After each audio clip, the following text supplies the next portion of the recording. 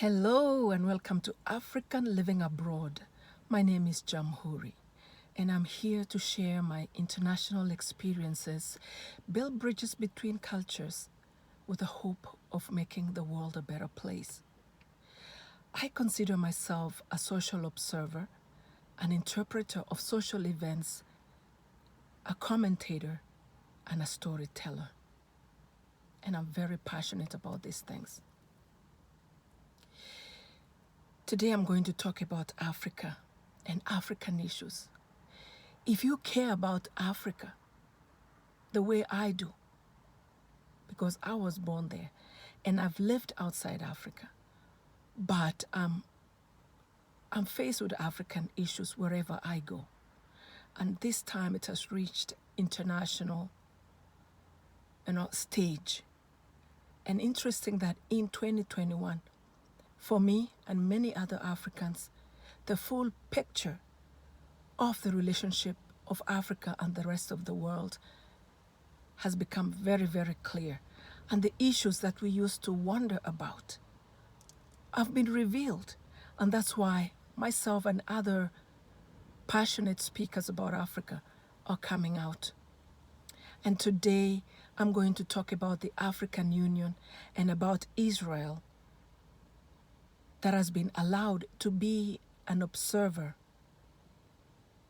of the African Union, an observer state. I have to look at this issue as African Union is like a family. And a family, you can relate to your neighbors, you can have great relationship with other people, but when it comes to having family meetings, unless you are invited to be part of that meeting, it would be so rude for neighbors to insist that they come and observe and listen into the affairs of that family. It is said that Israel, for the last 10 years or so, has been insisting on joining the African Union.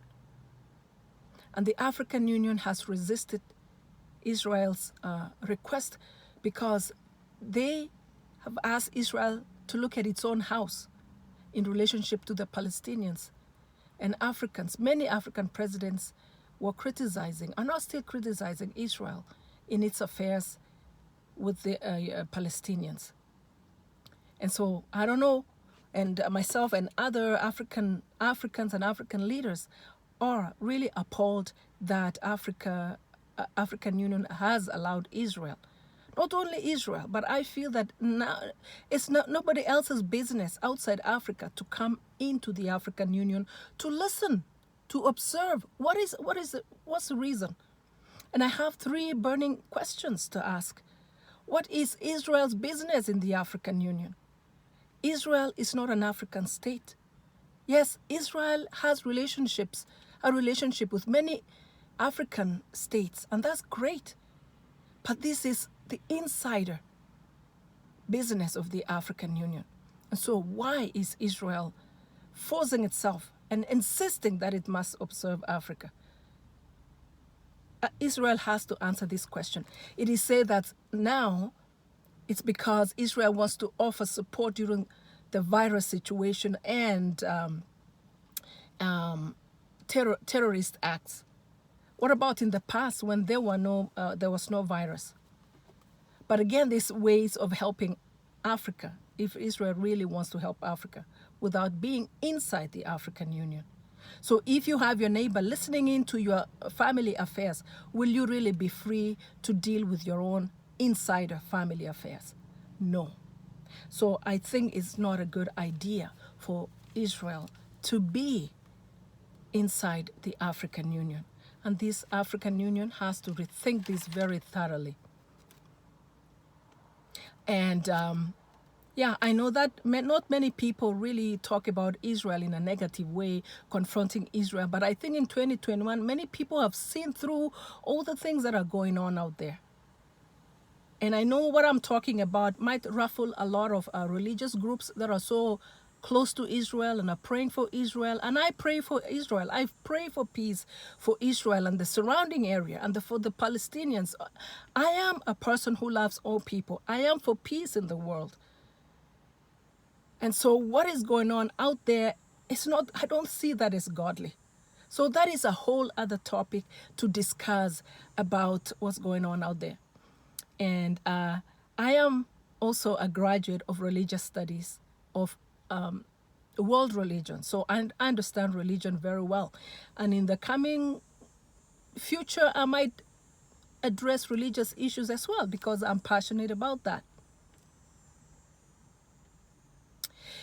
Number 2, I have a question. Why is the African Union being spied on by other countries? It is also reported that for until 2017, for 5 years, China, which had built the African Union building in Addis Ababa, had put listening devices, had bugged the whole building. And it was discovered by a staff member around midnight. And it was reported that the servers were kind of directing data into outside. And this led back to China.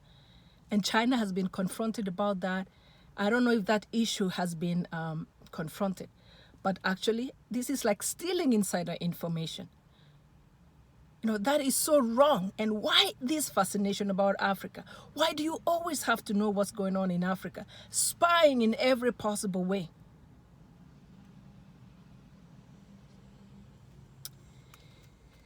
And another question about spying on Africa and meddling in African affairs is during presidential elections.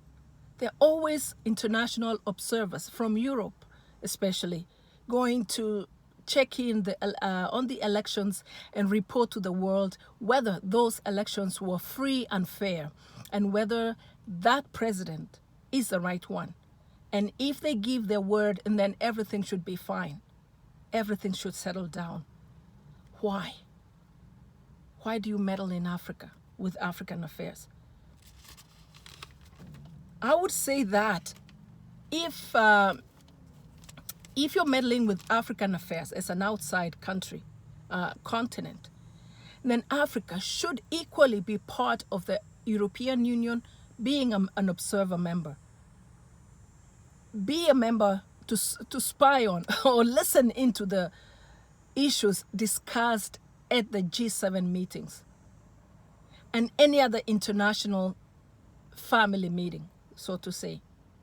This cannot go on one way. This equation is bad. And we are watching. We are watching and we are not happy about this.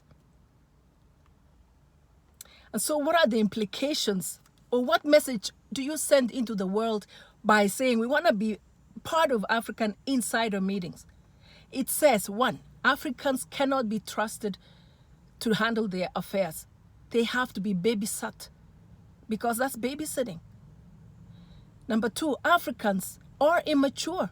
Somebody has to hold their hand and show them, how things should be done and corrected. Thirdly, and this is the problem of Africa, this kind of behavior from the outside world, outside countries interfering with Africa, is crippling Africa. Africa cannot fly. Africa cannot be independent. Africa has its own ways of doing things. And I think this is where the problem is. Does Africa need to be crippled? And why? I'll tell you why. Africa is the source of the world's minerals, all kinds of natural resources, gold, silver, diamonds, name it, wood, everything. And if Africa should just shut its doors and be independent, would Africa fly? Yes, Africa would fly, because Africa is made up of very smart people. Africa has all what the world needs, diamonds, as mentioned before. And I think that is where the problem is. Africa needs to be watched very closely. I think that's the answer to this. And now I have a message for Africa. Africa you must know your power. Know your power. You have all the riches the world needs, as mentioned before. And you have sunshine, great climate throughout the year.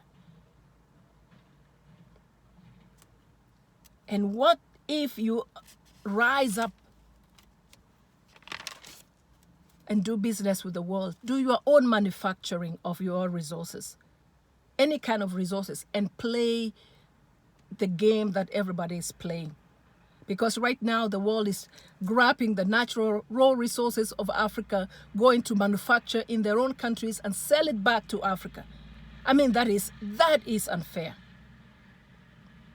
So I would like to say Africa should exercise self-respect. Africa, rise up, exercise self-respect. And let the rest of the world know your power, because you are powerful. You have only been crippled. You know, give yourself a break. Give yourself a break from the wars, from the infectious diseases, from the poverty. And I would say rewrite your legacy, rewrite your story. Tell it the way it is. Because we know that all the troubles that are happening in Africa are man-made. And we know who makes those problems. The evidence is everywhere, you know. And this is 2021, and we are not taking it anymore. Africa should not be taking that anymore. So it's time for Africa to rise without interference. And I'm not saying that Africa should isolate herself. Africa should collaborate, you know, trade with every country the way every country trades. Collaboration has to be, but not codependence. Depending to be spoon-fed. Everything you have, and the brains you have all the brains. So this is tough talk. Yes, it's time we talk tough. It needs to be. It needs to be. And so I would like to say that if you like what I'm sharing, please share it further. Subscribe to my channel and click the bell below so that you're notified for my next video. And in the meantime, I want to encourage you to speak your truth. Whatever you're called to do it with passion. And I'm going to continue to do the work that I feel I am passionate about, building bridges. And I think that talking about world issues is a way of building bridges. So, until next time. Bye.